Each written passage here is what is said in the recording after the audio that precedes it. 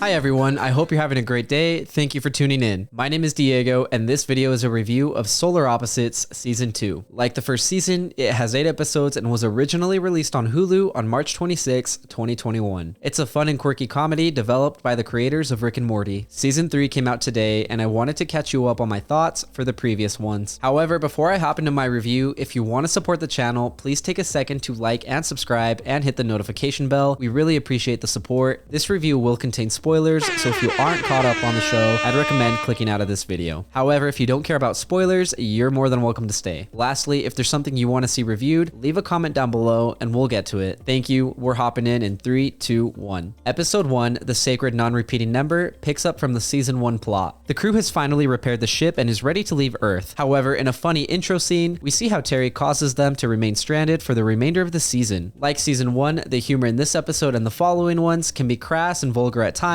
but many of the jokes still hit home. The gang discovers another crew of Schlorpians in London, and it's funny how they have their own stereotypes of humanity. As an example, they walk around with masks so humans don't kidnap and experiment on them. We get a lot of funny references in this episode, with my favorite being a joke about Jar Jar Binks. Another thing I liked about this episode was the cut meta-reference fight scene replaced by a note asking Hulu for more money. Seriously, Hulu, give them the money. I also really liked how we got some backstory on the Schlorpians, and we see that Korvo and the crew are actually part of the lower class aliens that were bred for unknowing servitude. Something I initially liked about the episode but felt was overused were the self-references by the Solar Opposites. However, I guess the Pupa being cute more than makes up for it, so I gave this episode a 9.3. Episode 2, The Earth Eraser, revolves around Korvo and Yum trying to fit in with dinner party cliques. I love that Terry and Jesse fit in, but Korvo and Yum don't. It fits their characters so well. Out of spite, they hilariously work to get dinner parties outlawed, eventually creating some insane police cyber dogs. Something I really loved about this episode was seeing the Pupa talk. Hi, Jesse.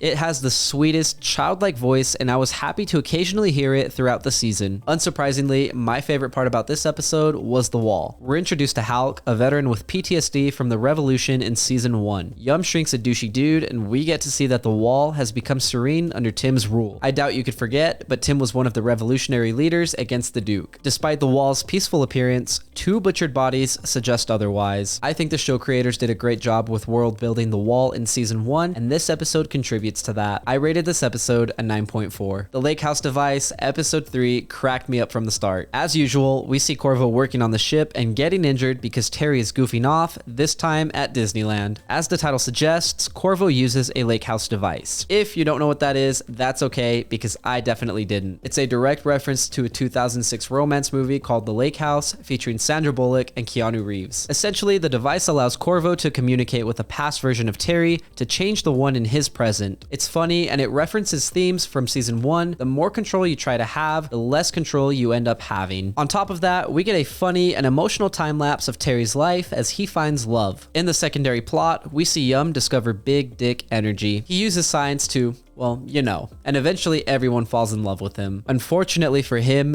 BDE is more powerful than he anticipated, and in an Indiana Jones Ark of the Covenant moment, we see him lose control until he's saved by Sigourney Weaver. This episode was jam-packed with references, and outside of some crudeness, I really liked it. I gave it a 9.5. Episode 4, The Emergency Urbanizer, had a lot of things going on that worked really well. The kids are on summer break, so Terry and Korvo take them to summer camp, having no real idea of what it is. They all get lost in the woods and use the emergency urbanizer to turn the forest into a wood metropolis. The gang splits up as they try to earn enough money to make it back home, and we get to view some funny parodies. Yum in The Wolf of Wall Street, Jesse in The Devil Wears Prada, Terry in Midnight Cowboy, and Korvo tries to be in Goodfellas. Each alien fits into their parody so well, and I kept laughing every time Korvo got mauled by a woodland animal. In The Wall, featuring some noir tones, we see Hulk working as a detective to try and catch a serial killer. Despite trying to impede him, Tim's right-hand men are really funny and obsessed with pinning the murders on a cricket. Eventually, Halk catches the serial killer, but I love that the wall continues to get more mysterious. This episode had me completely engaged with its references and storytelling, so I gave it a 10 out of 10. We see the return of the Red Goobler in episode 5, the Rad Awesome Terrific Ray. In Season 1, he was an absolute menace. Now going by Red, he's engaged to a woman named Jen and claims to be a different person. I love that instinctively Korvo and Terry don't trust him and zap his fiance with what they they believe is the rad, awesome, terrific ray. The trauma is real, but unfortunately they use the rat ray, a gun that literally turns Jen into a rat. For some reason, it reminded me a lot of Rick and Morty's Pickle Rick, which I loved. This episode was a bit vulgar and sexual, which was off-putting, but I loved the references to The Hangover and Red becoming crazy again. I thought the B-plot of this episode was funny, with Yum and Jesse cheating on their school mile. Things escalate and they eventually win at the Olympics and feel remorse about never getting caught. It's an interesting concept for me because I definitely feel remorse when I cheat my way through something. In need of a lesson, they use the lessonalizer and finally feel satisfied. Just in case you wanted to learn some lessons too, the end of the episode provides an awesome website link. If you go to www.thesolaropposites.com/lessonalizer, you'll find tons of funny advice such as all play and no work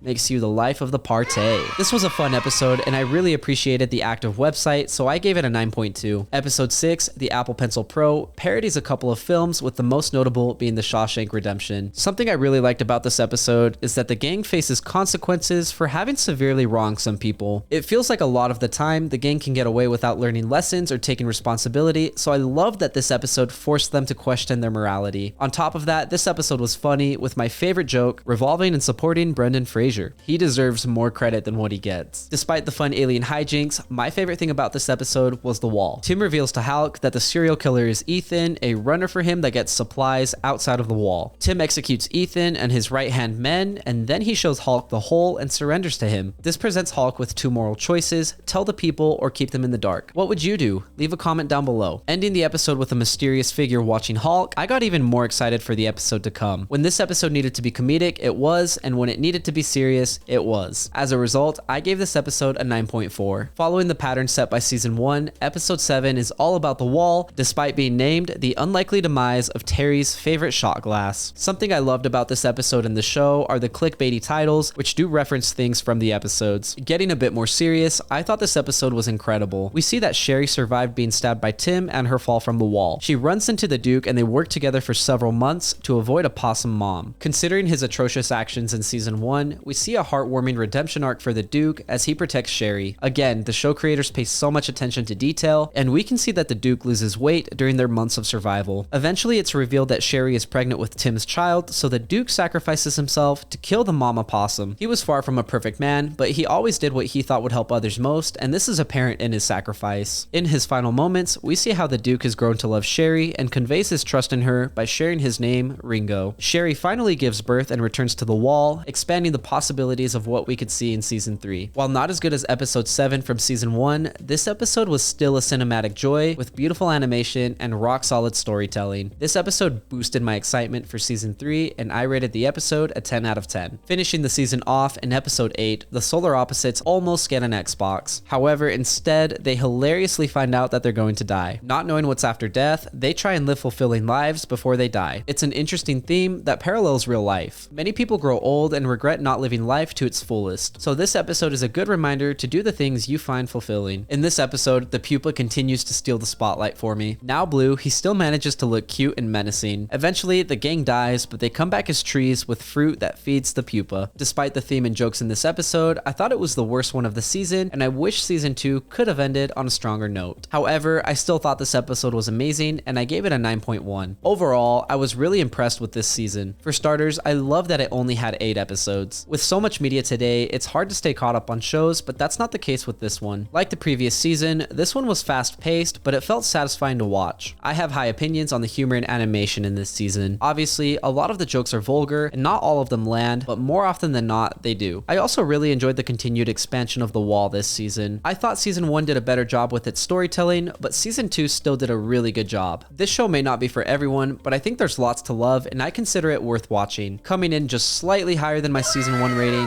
I gave season 2 a 9.5. I'm really looking forward to season 3 and catching as many references as I possibly can. Thank you for listening to my review of Solar Opposites season 2. If you enjoyed the content, don't forget to leave a like and hit the subscribe button below. If you agree or disagree with me, let me know in the comments. I'd love to read what you have to say. If there's something you want me or my friends to review, don't forget to let us know and we'll get to it. Lastly, if you want to see some more from me, you can check out my vlogs linked up above or my podcast, Friends with Benefits. My name is Diego, and I'll see you next time.